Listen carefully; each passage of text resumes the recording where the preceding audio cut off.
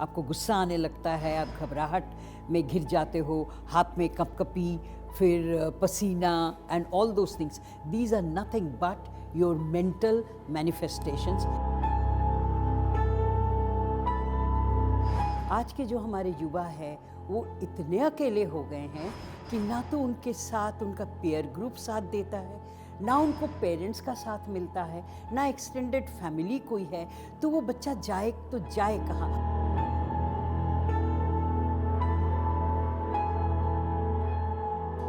Cardiovascular diseases, psychosomatic illnesses, यहाँ तक कि कैंसर तक आपके इमोशंस से जुड़े हुए हैं।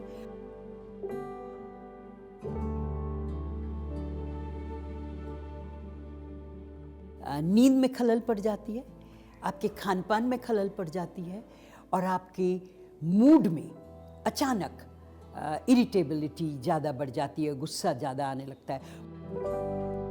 8 साल का बच्चा भी अगर सुइसाइड करता है तो I think it's time for us to take cognizance कि कहाँ पे हम चूक रहे हैं।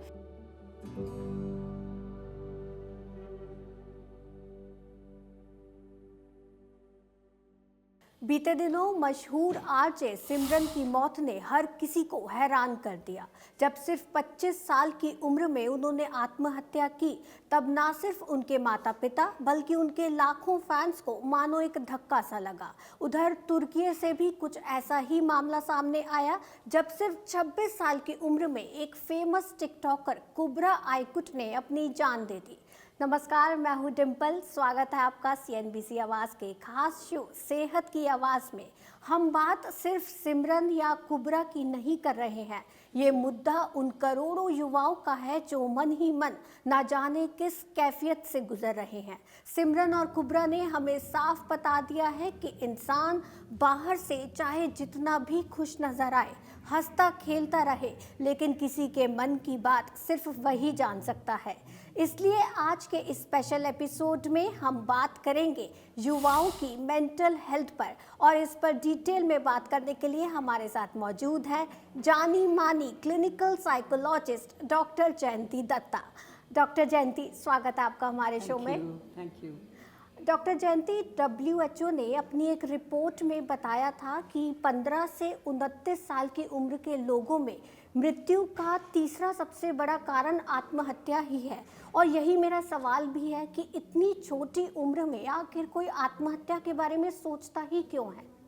देखिए, आज के जो युवा है ना, उसके पास अनफॉर्चुनेटली चैलेंजेस बहुत है, लेकिन उसका वो जो कोना था ना, एक कॉर्नर टू कॉल हिमसेल्फ कि ये मेरा कोना है, ये मेरी वर्ल्ड है, वो जो बॉन्डिंग होती थी ना, अब वो टूट गई है।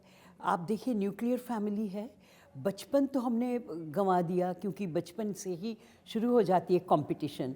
तो आज का युवा जो है वो भटकन में पड़ जाता है कि मैं कहाँ जाऊँ, क्या करूँ।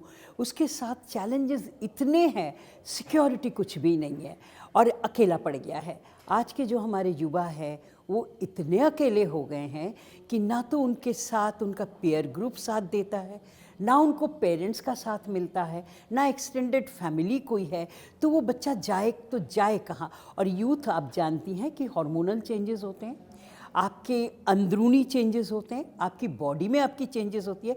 यानी कि मेरा मानना है आपका वो जिस्म जिसमें आप इतने सालों से आप बढ़ रहे हो, वो जिस्म भी आपका नया रुख बदलने लगता है। तो उसके साथ भी एक अपनापन स्टैब्लिश करना, रैपो फॉर्म करना, मेरे ख्याल से आज का जो युवा है उसकी रैपो किसी के साथ नहीं है, अपने साथ भी नहीं है, उसको हाथ पकड़ने वाला कोई चाहिए नहीं है। आप इन लोगों की सुइसाइड की बात कर रही हैं, मैं तो सबसे ज़्यादा हिल जाती हूँ जब कोटा में बच्चे सुइसाइड करते हैं। कई सालों से मैं इंटरव्यूड होती रही हूँ, कोटा में बच्चे सुइसाइड क्यों करते हैं।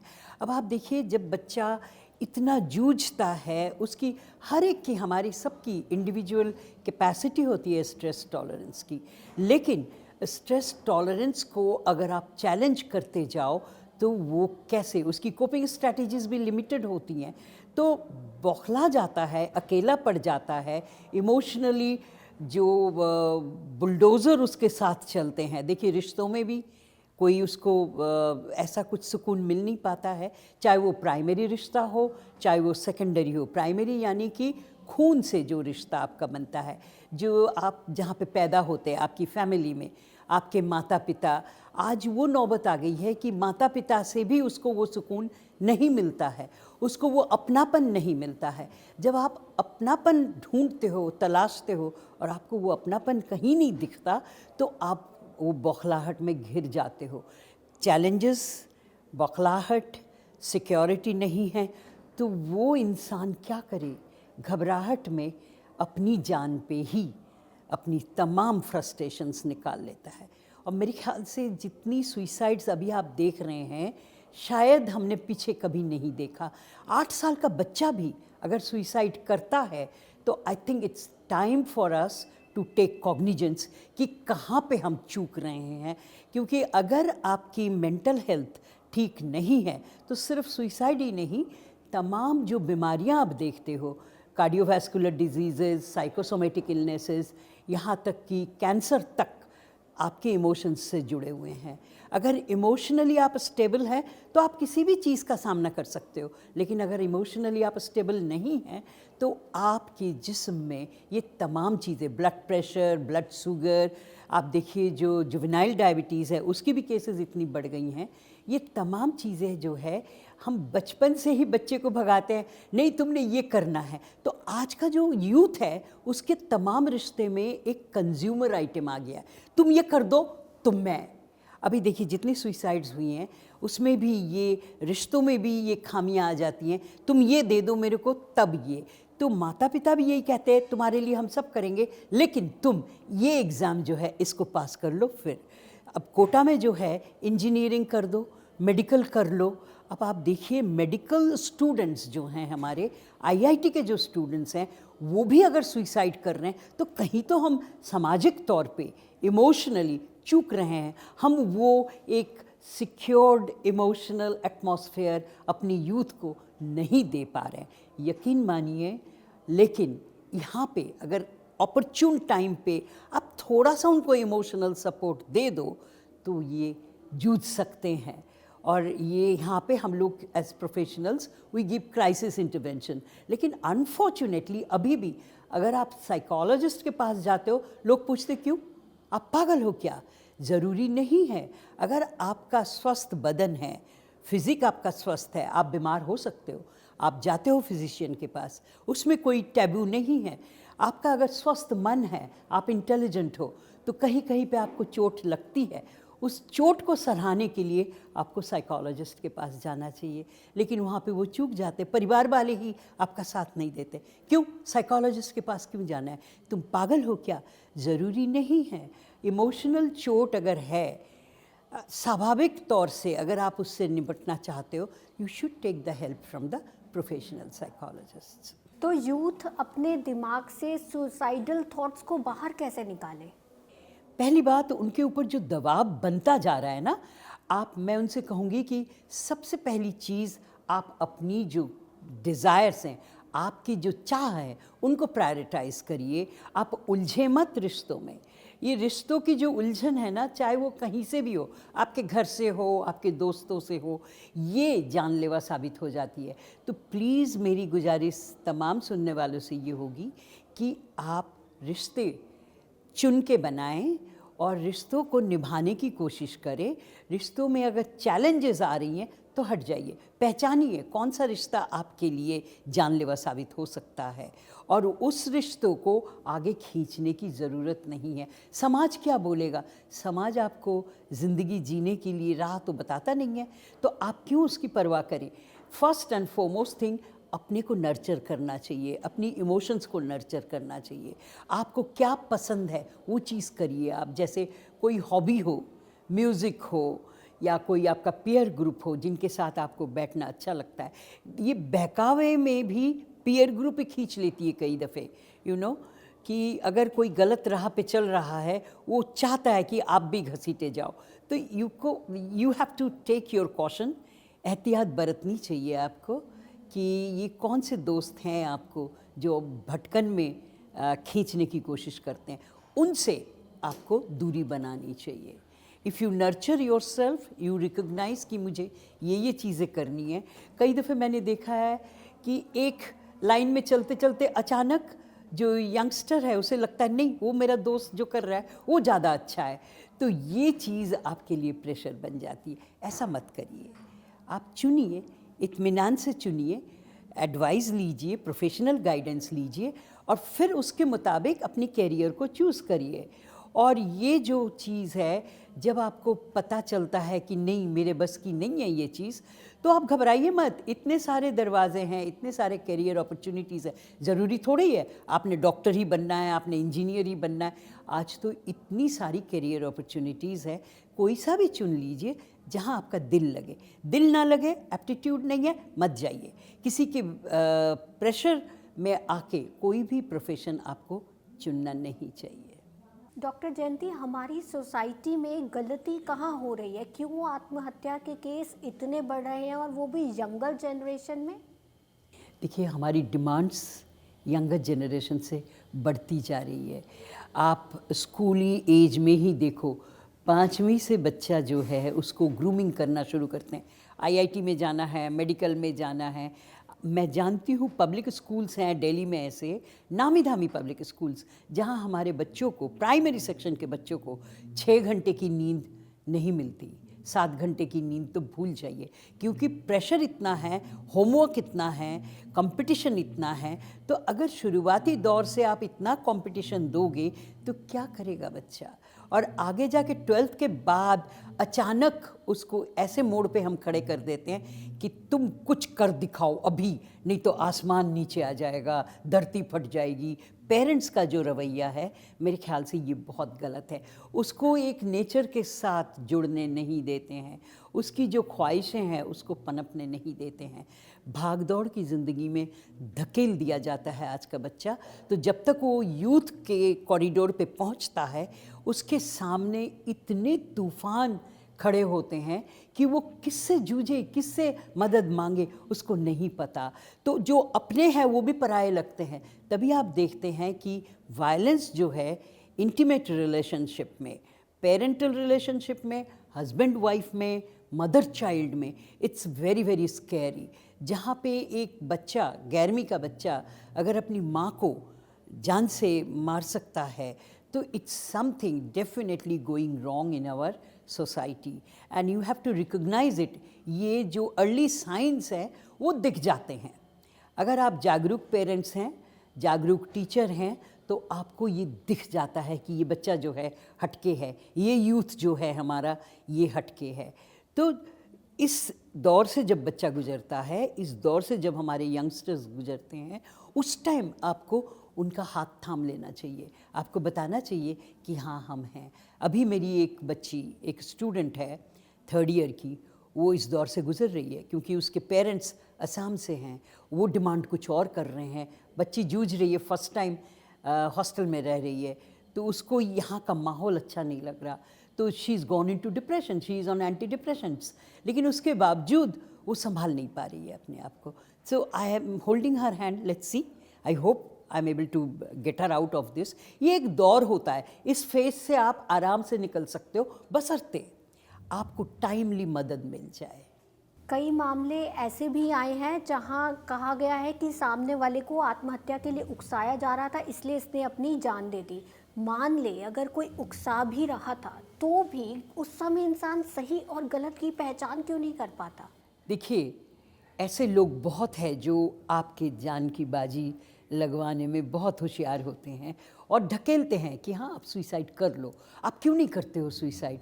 क्योंकि आप अगर ज़िंदगी से हाथ धो लोगे तो फ़ायदा उनको होगा। मेरी ये तमाम सुनने वालों से एक गुजारिश है, एक इंसान ने आपको ढकेला ना सुइसाइड करने के लिए, जिन इंसानों ने आपको इतने सालों से नर्चर किया, खून से सींचा आपको, आपके माता पिता, आपके भाई बहन, आपके दोस्त, आपके मिलने वाले, उनकी कोई वजूद नहीं है क्या? आप उनके बारे में क्यों नहीं सोचते हो? एक इंसान के पीछे आप अपनी जान की बाजी लगा देते हो, जान से हाथ धो लेते हो। It's very wrong. मैं मानती हूँ ये सुइसाइड करने वाले जो होते हैं वो थोड़ा बहुत सेल्फ सेंटर्ड बंदे भी होते हैं। वो अपने बारे में सोचते हैं, ये अपने माता पिता के बारे में नहीं सोचते, जिन्होंने इतने जैसे मैंने कहा खून से आपको सींचा, आपके तमाम नखरे, आपके तमाम डिमांड्स उन्होंने सहा, वो आपसे इतना प्यार करते हैं, आपने उनके बारे में क्यों नहीं सोचा? सुइसाइड करने से पहले एक दफ़े ज़रूर सोचो, आपको प्यार करने वाले कितने लोग हैं। ईमानदारी से अगर आपको वो रिस्पॉन्स मिल जाए कि नहीं, इस ज़िंदगी में मेरे को प्यार करने वाला कोई नहीं है, आई एम श्योर कोई ऐसा बंदा आपको मिलेगा नहीं। कोई ना कोई तो होगा जो आपकी जान की रखवाली के लिए अपनी जान की बाजी लगा देता है। आप उनको क्यों नहीं अहमियत देते हो? आप इस इंसान को क्यों देने लगते हो अहमियत कि भाई नहीं, इसने बोला है, उसी का अफेक्शन लेने के लिए आप अपनी जान से हाथ धो बैठते हो? आप पीछे सोचो तो सही, आपके जाने के बाद ये लोग जो उन्होंने आपको इतना सराहा, इतना प्यार से आपको दुलार दे के इतना बड़ा किया, जहाँ जिस मुकाम पे आप पहुँचे हो प्रोफेशनली, वहाँ तक आपका साथ दिया, उनका क्या हाल होगा? उनके लिए आपने क्या किया? ये एक बहुत गलत चीज़ है जहाँ पे हमारे यूथ जो हैं they fall short of, they are not able to think कि हमने इनके लिए क्या किया।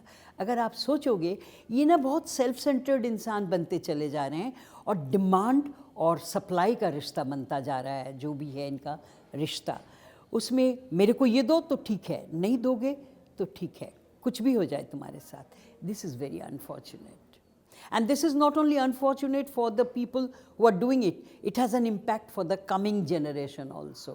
जो बच्चे हमारे आ रहे हैं वो भी तो सीख रहे हैं, वो भी तो देख रहे हैं कि इतनी सुइसाइड्स हो रही हैं। तो ये सुइसाइड का फेनोमेना मैंने देखा, ये मेरी निजी अंडरस्टैंडिंग है कि अगर कोई कोटा के ऊपर भी मैंने रिसर्च किया, तो जहाँ के वहाँ के पेरेंट्स जो, उनसे मेरी बातचीत होती रही है, तो वहाँ पे देखम देखी में भी बच्चे कर लेते हैं। यू नो, एक ने सुइसाइड किया तो दूसरा भी उसी लाइन में चला जाता है, कुछ नहीं होगा तो ठीक है। सिमरन की आपने बात करी, Simran had gone through lot of challenges, जिनके ऊपर उसने भरोसा किया, अगर वो ही आपको दगा दे जाए तो आपको लगता है मैं कहाँ जाऊँ, क्या करूँ? वो एक वक्त होता है, ये कॉरिडोर पे जब आप होते हो, आपको प्रोफेशनल हेल्प लेना बहुत ज़रूरी होता है। सुइसाइड जो है, आप अब जब मैंने कहा क्राइसिस इंटरवेंशन कुछ मिनट्स का है, अगर आपने वहाँ पे बच्चे को संभाल दिया, पेशेंट को संभाल दिया, मुझे पता होता है मेरा कौन सा पेशेंट वल्नरेबल है, सुइसाइडल है, तो उसके लिए हमें कई चीज़ें प्रिकॉशंस लेनी पड़ती है। कई पेशेंट्स मेरे ऐसे हैं, रात के 2 बजे फ़ोन करके, आप अवेलेबल हो ना, कल मिलोगे ना, मैं बात करना ना। सिर्फ बात करने से भी अगर सुकून मिल जाती है तो I think that should be provided to each and everyone whoever needs it. इधर डॉक्टर जयंती, मुझे लगता है बहुत ज़रूरी है अपने दर्शकों को बताना कि सुसाइड इस दुनिया का सबसे बुरा ख्याल है, इसलिए इसे अपने दिमाग से निकाल दें। हमेशा खुश रहें, स्वस्थ रहें और अपने आसपास के सभी लोगों की खुशहाल ज़िंदगी की कामना करते रहें। खैर, अब बढ़ते हैं सवालों की ओर। डॉक्टर जयंती, जैसा कि आपने अभी बताया कि सुसाइड का एक बड़ा कारण मानसिक तनाव भी है, तो हम कैसे अपना स्ट्रेस जो है वो दूर कर सकते हैं? सबसे पहली चीज़ है, देखिए, स्ट्रेस जो है कॉन्फ्लिक्ट से जुड़ा हुआ है, नीड से जुड़ा, आपकी चाह से जुड़ी हुई है। तो ये जो चाह है आपकी, जो डिमांड्स हैं आपकी, उसको आप चैनलाइज करें। आपका सबसे पहला स्टेप होना चाहिए टाइम मैनेजमेंट। आप अपने को एक रूटीन में बांधें, बौखलाएं नहीं, रैंडम डे पैटर्न में मत उलझें, मतलब आपका दिनचर्या जो है रैंडमली ना पिकअप करें। थोड़ा बहुत टाइम ऑर्गेनाइज कर लें और उसमें कहीं पे अपने लिए वक्त रखें। अगर आप अपने लिए वक्त का मतलब हुआ कि थोड़ा बहुत वर्जिश, व्यायाम, प्राणायाम, माइंडफुलनेस हम लोग बहुत सिखाते हैं अपने मरीज़ों को, और आजकल माइंडफुलनेस का दौर है। जो भी काम आप चुनते हैं अपने लिए, तो उस पे दिल दिमाग लगा के उसी को करें, और उसमें ऐसे ना उलझें कि आप एक काम कर रहे हो। Multitasking is the demand of the day.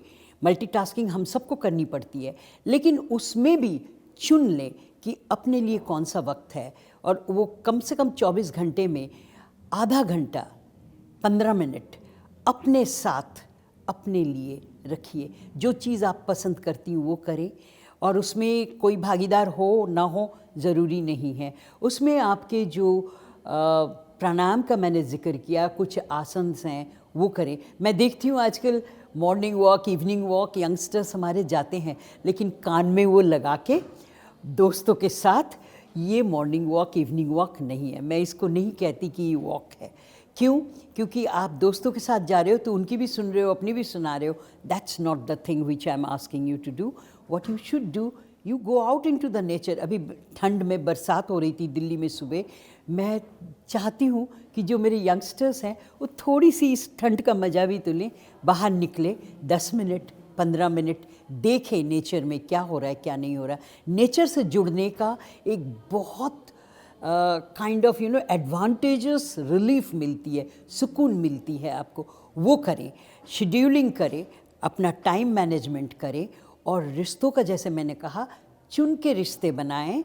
और ये ऐसा नहीं है कि रिश्तों के पीछे अपनी जान की बाजी लगा दो। कोई भी रिश्ता ऐसा इतना इम्पोर्टेंट नहीं होनी चाहिए आपकी ज़िंदगी में जिसके लिए आप अपनी जान की बाजी को सामने रख के नेगोशिएट करो। That's very unfortunate, you should not do it. The world is big and I think positivity जो है वो आपको इनकलकेट करनी चाहिए।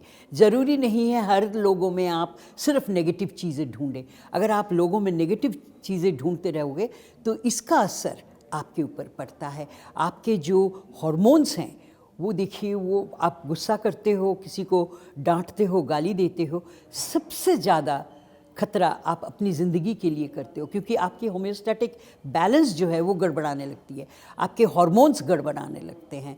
गुस्सा आता है, टेम्पर टैंट्रम से सबसे ज़्यादा नुकसान आप अपने को पहले पहुंचाते हो। जिसके ऊपर गुस्सा कर रहे हो उसको कुछ फ़र्क पड़ता है नहीं पड़ता है, ये तो देखने वाली बात है, लेकिन आप अपने लिए दुश्मन बन जाते हो। ये दुश्मन मैं अपनी यंगस्टर्स सुनने वालों को कहूँगी, मत बनो, अपने लिए दुश्मन मत बनो। एक बंदा आपकी डिमांड्स को सप्लाई नहीं कर पा रहा है, इसका मतलब ये नहीं कि आपको कोई चाहने वाला नहीं है। निकलो तो सही, अपने कुकून से निकलो तो सही, लोगों से जुड़ो तो सही। Communication is a big tool. Communicate.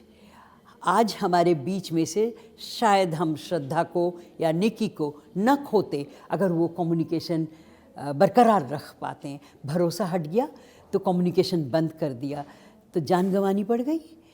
अगर आप कम्युनिकेशन बरकरार रखते हो, आपके पेरेंट्स नहीं भेजते आपके साइकोलॉजिस्ट के पास, आप हम जैसे प्रोफेशनल्स के पास आ सकते हो। हम आपको सपोर्ट करने के लिए हमेशा तैयार हैं।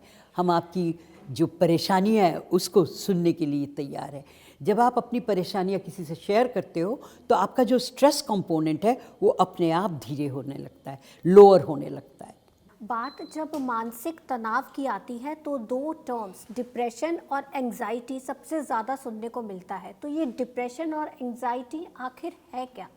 देखिए, एंजाइटी थोड़ी बहुत बरकरार होनी चाहिए आपकी ज़िंदगी में, थोड़ी बहुत stress, we call it an eustress, यानी कि आपके एग्ज़ाम्स हैं, अगर आपको थोड़ी एंजाइटी नहीं है, थोड़ी स्ट्रेस नहीं है, तो आपका प्रिपरेशन गोलमोल हो जाएगा, गड़बड़ाने लगोगे, आपकी तैयारियां नहीं होंगी, आपका अवेयरनेस नहीं होगा। तो थोड़ी बहुत, थोड़ी हद तक ये मेरे ख्याल से मुनासिब है। लेकिन अगर आपकी चिंतन, आपकी एंजाइटी फ्री फ्लोटिंग हो जाती, आपको इंटरव्यू देना है, आपके अंदर थोड़ी सी एंजाइटी होनी चाहिए, वो ठीक है। लेकिन बेवजह अगर आप एंग्शियस रहते हो, आपको नहीं पता किस वजह से आपको चिंतन हो रही है, आपकी नींद में खलल, ये चीज़ मैं आपको डिम्पल और बताना चाहूँगी। आपकी जो बॉडी है, भगवान का दिया हुआ इतना एक अच्छा मैकेनिज़्म है, ये आपको सिग्नल दे देता है।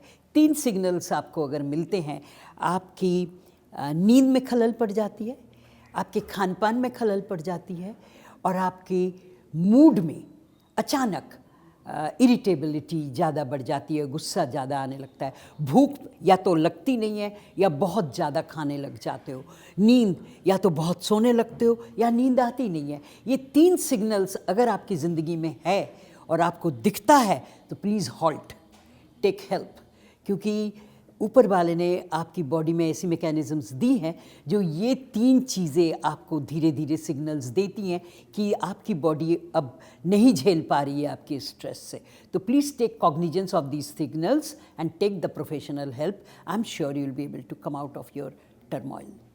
हम अपना डिप्रेशन ठीक कैसे कर सकते हैं? देखिए, थोड़ी बहुत मूड में ऊंच नीच हो सकती है। सुबह आप उठते हो, अचानक आपका मूड ख़राब होता है, आपको पता नहीं होता है किस लिए है। ये डिप्रेशन नहीं है। मूड में उतार चढ़ाव ज़िंदगी का हिस्सा है। कभी आप बहुत खुश नज़र आते हो, कभी आप दुखी नज़र आते हो। तो इसका मतलब ये नहीं होता है कि आप डिप्रेशन के शिकार हो गए। अगर आप लगातार कम से कम 15-16 दिन तक ऐसे ही डिप्रेशन का फीलिंग आपके दिल में रहता है, आपका दिल नहीं करता कुछ करने को, उठने को दिल नहीं करता, कहीं जाने को दिल नहीं करता, खान पान से भी आप जी चुराने लगते हो, आपकी नींद में खलल पड़ने लगती है, दिल करता है रोती रहूं, then you should consult a professional. क्योंकि हमारे पास वो टूल्स होते हैं जो हम आपकी मुँह ज़ुबानी चीज़ों से नहीं डायग्नोज करते हैं। हमारे पास साइको डायग्नोस्टिक टेस्ट्स होते हैं जिसके ज़रिए हम ये पता करते हैं कि अब वाकई आपको डिप्रेशन है। देखिए, डिप्रेशन कई तरह के होते हैं। पोस्टपार्टम डिप्रेशन भी होता है जो अक्सर आफ्टर डिलीवरी औरतों में पाई जाती है। और डिप्रेशन का शिकार होना मतलब न्यूरोटिक डिप्रेशन भी है, साइकोटिक डिप्रेशन भी है। न्यूरोटिक डिप्रेशन में मरीज़ आपको बता देता है कि मैं इस तरह से उलझा हुआ हूँ, मेरे को सुकून नहीं मिलता, मेरे को ये परेशानी है। साइकोटिक डिप्रेशन वाला मरीज़ जो है वो ज़्यादा खतरा होता है अपनी ज़िंदगी के लिए, वो सुइसाइडल ज़्यादा होता है। तो वहाँ पे अक्सर आपको देखना पड़ता है किस तरह की डिप्रेशन है और किस तरह का ऑनसेट है, एक्यूट ऑनसेट है, इंसिडियस ऑनसेट है। तो उसके मुताबिक हम डिसाइड करते हैं मरीज़ को थोड़ी बहुत मेडिसिनल इंटरवेंशन, थोड़ी बहुत साइकोथेरेपी की ज़रूरत है। तो अगर आपको डिप्रेशन महसूस होता है, पहले तो आप जांच करवाएं। अगर आपके पास इस तरह की फीलिंग 15 दिन से ज़्यादा रहता है, उसके साथ साथ तुरंत आप इसका उपचार भी लें, क्योंकि you can come out of the depression very easily. Advancement of the medicines are there, psychotherapy is there, it's easy. और ये सिर्फ आपके साथ नहीं हो रहा है, बहुतों के साथ हो जाता है। क्योंकि जब आप, जैसे मैंने कहा, स्ट्रेस टॉलरेंस कैपेसिटी आपकी अगर चैलेंज्ड हो जाती है तो जाहिर सी बात है आपको डिप्रेशन होना मुनासिब है। लेकिन इससे उभर के आना भी बहुत आसान तरीके हैं, आप इससे आराम से निकल सकती हैं। डिप्रेशन जितना गंभीर विषय है, लोग उसे उतना ही हल्का भी लेते हैं। अगर कोई मान लेता है कि हाँ मुझे डिप्रेशन है और ये किसी के साथ शेयर करता है तो सामने वाला उसे सीरियसली नहीं लेता, लोग मजाक उड़ाने लग जाते हैं कि अरे ये तो पागल हो गया है। तो ऐसे में आप क्या कहना चाहेंगी? मैं उनसे ये कहूँगी कि लोगों से आपकी डिप्रेशन के बारे में शेयर करने की ज़रूरत नहीं है। आप प्रोफेशनल कंसल्टेशन लें और उन चीज़ों को हल्के से मत लें। जो भी आपसे कहा जाए आप उन पे अमल करके तो देखें। 7 दिन का ट्रायल तो मेरे ख्याल से मुनासिब है। अगर आप थेरेपी ले रहे हैं, 7-8 दिन में आपको अगर लगता है थोड़ा बहुत फ़र्क है, तो आई am sure you will come out of it. Hand holding की ज़रूरत होती है। आप अकेले में मुंह छुपाए मत। अगर आपके साथ कोई ऊंच नीच है आपकी मूड में, आपकी मेंटल फीलिंग्स में, तो please share it not with your friends, share it with us. We will guide you what to share with whom। और पेरेंट्स से भी मैं गुजारिश ये करूँगी, आपको दिख जाता है कि आपके जो भी बच्चे हैं उनमें थोड़ी बहुत बिहेवियरल चेंजेस हैं। अगर आपको ये चेंजेस दिख रहे हैं, आप थोड़ी परेशान हैं, तो please seek the professional intervention, take the professional advice. Depression और एंजाइटी से बाहर निकलने का सबसे बेस्ट तरीका क्या है? Practice meditation, practice yoga, have your social network thriving, आपके पीयर ग्रुप के साथ इंटरेक्शन, आप जिम जाइए, आप एक्सरसाइज करिए, अपने में देखिए आपकी दिलचस्पी कौन सी हॉबी में है, उस हॉबी को बरकरार रखें।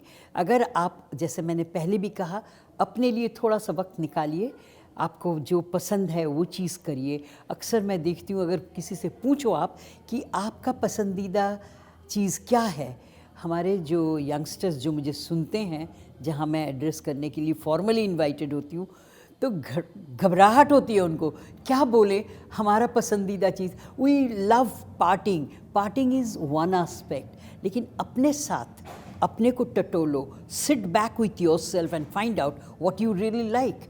जो चीज़ आपका पसंदीदा है उसको थोड़ा नर्चर करें। और प्यार देखिए ऐसी चीज़ है, आप बांटोगे तो वो पनपता है। प्यार को सेंट्रलाइज्ड तरीके से एक ही गुच्छे में मत बांध के रखिए, उसको बांटिए। अगर आप बांटोगे, इसका मतलब ये नहीं कि हेट्रोसेक्सुअल प्यार की मैं बात कर रही हूँ।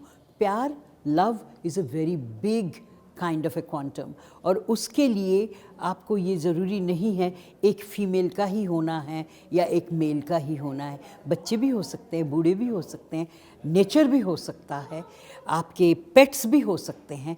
कुछ काम अपने लिए छोड़ के किसी और के लिए भी करके देखो, you will get lot of relief. ये पैनिक अटैक क्या है? पैनिक अटैक ये आजकल बहुत दिखने को मिलता है, स्पेशली कोविड के बाद से। ये इसमें होता क्या है, आप अपने को अलग महसूस करते हो, अकेले महसूस करते हो, अ सेंस ऑफ इनसिक्योरिटी आपके अंदर होती है। और पैनिक अटैक से होता क्या है, आपका जो इमोशनल एग्जूबरेंस है, उसका जो मैनिफेस्टेशन है वो बहुत लाउड हो जाता है। आपको गुस्सा आने लगता है, आप घबराहट में घिर जाते हो, हाथ में कपकपी, फिर पसीना and all those things. These are nothing but your mental manifestations कि आप जिस चीज़ से जूझ रहे हो ये आपकी ख्याली परेशानियां हैं। उसको बांटो तो सही, उसके बारे में बातचीत तो करो किसी से। आपको लगता है कि नहीं, जो मैंने सोचा है वही सही है, आप गलत होते हो, और उसका परखना बाकी रहता है। उसको अगर परखोगे तो आई am sure you will come out of your panic attack. ज़रूरी नहीं है पैनिक अटैक से बाहर आने के लिए सिर्फ मेडिसिनल इंटरवेंशन हो, आपके पास साइकोथेरेपी भी है, काउंसलिंग भी है।